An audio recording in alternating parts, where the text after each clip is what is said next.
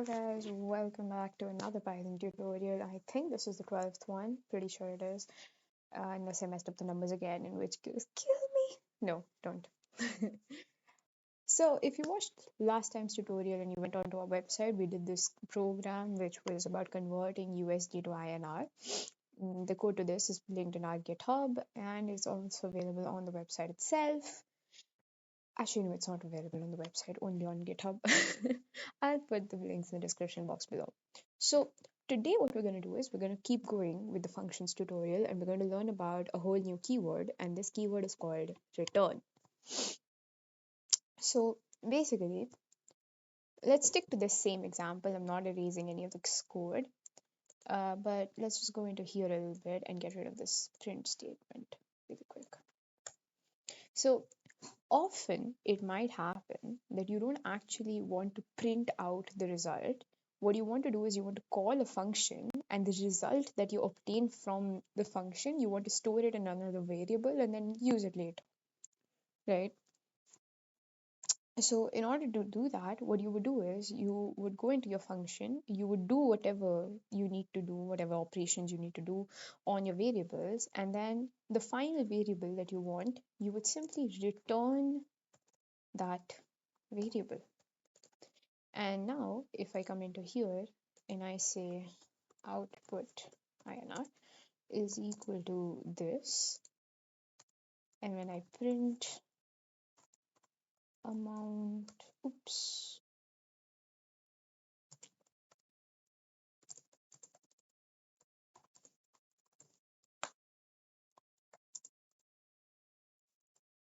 there we go. And when I run this, wait, let me pull up the terminal just a little bit. If I have like $200, that would give me 14,800 rupees.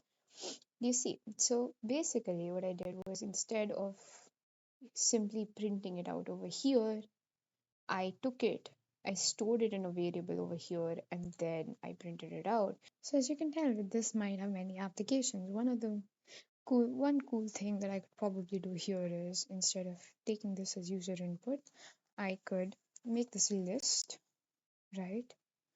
And it'll be a list containing a bunch of values that are in USD, right? 87.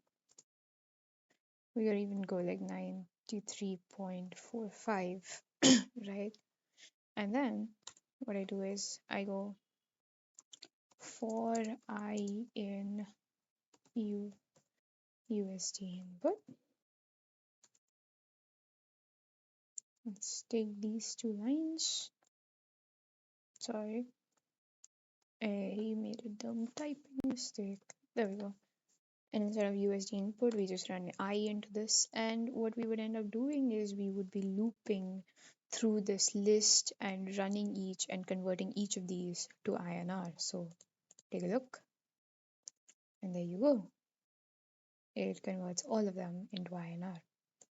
So stuff like this is what you would use return for. The basic idea is you don't directly want to print something out of the function. You want to take the value from the function and then use it later on in your code.